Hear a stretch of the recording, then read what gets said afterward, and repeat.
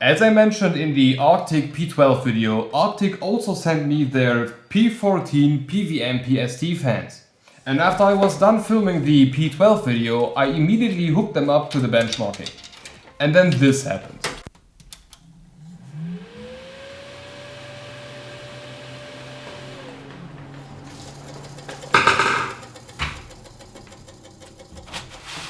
This is gonna be a fun ride.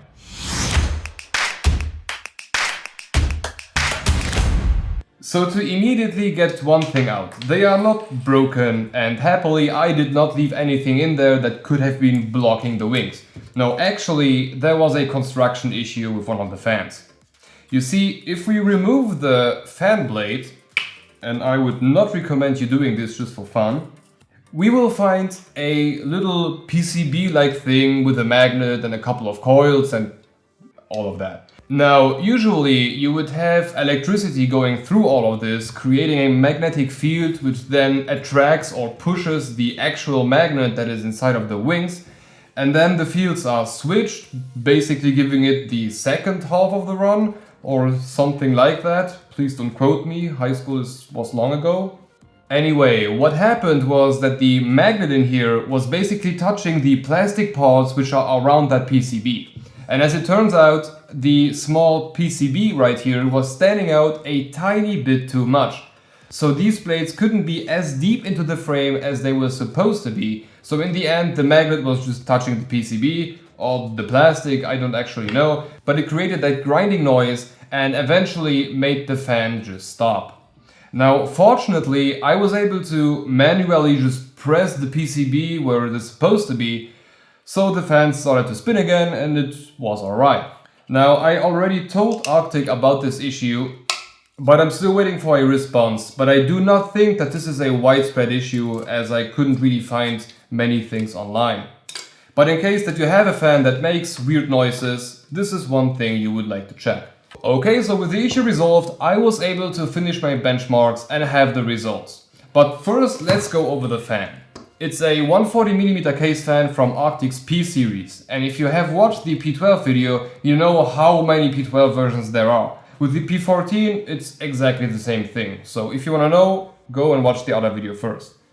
So the exact model that I have here is a white P14 PVM PST, so a 140mm PVM which is daisy chainable with a PST system. Now, for my very surprise, the fan size is not the only thing that is bigger. If we take both fans next to each other, we can see that the PST extension is a tiny bit longer. And this seems to be trivial, but in the P12 video I addressed the issue that this daisy chaining might be problematic if you have a PVM port that is in the center of a mainboard. And here it's basically a bit easier. Now, another little change, and I don't know why I find this so funny, but instead of the old Samsung shaped manual QR code, they upgraded it to an iPhone X. So besides the fans being bigger, it is also a bit slower. The P14 turns with only 1700 RPM, so 100 behind the smaller one. But because of its size, it pushes 72.8 CFM, so almost a 30% increase, while yelling at the same 35.8 dB. And of course that increase comes from the bigger size. But as I said before, many cases out there have 140 support, but people will just go straight to 120s because it's the norm. Just like the Hive case here, I can mount two 140s in the top and 3 in the front, and why would I go with 120s if they cost like an euro less but perform way worse? But let's not get ahead of ourselves and first have a look at the benchmarks. With a 100% PVM speed, the P14s managed to keep the CPU at 61 degrees C, so just a degree less than the P12s. And that does not mean that they do not perform as good as they should. It means that we are starting to hit that maximum cooling capacity, so even if we would add more or better fans, it wouldn't get much cooler. But LTD has a very interesting video about that, link in the description. Now for the noise, they are a bit noisy, but not much more than the P12s.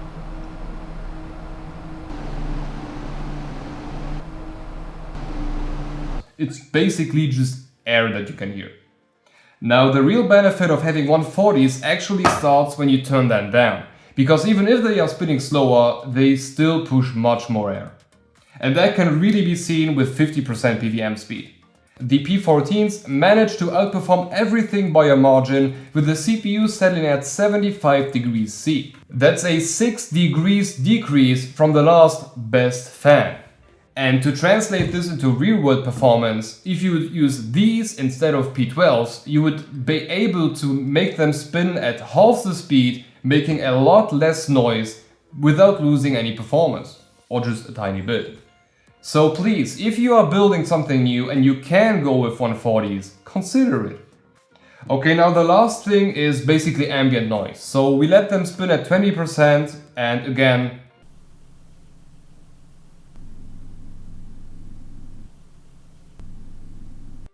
unnoticeable, but way more air that is being moved. Okay, so to sum this up, again, just like with the P12s, very good performing fans. Now of course they do not have any RGB or any other extras, but these are performance fans, and if we look at them in that way, the P12s and P14s are the raw performance winners. And the price is also very acceptable. They are going for between 9 and 12 euros. So price to performance is again great. So this should be it for the P14s. I will leave the manufacturer and affiliate links down in the description below in case you want to check them out.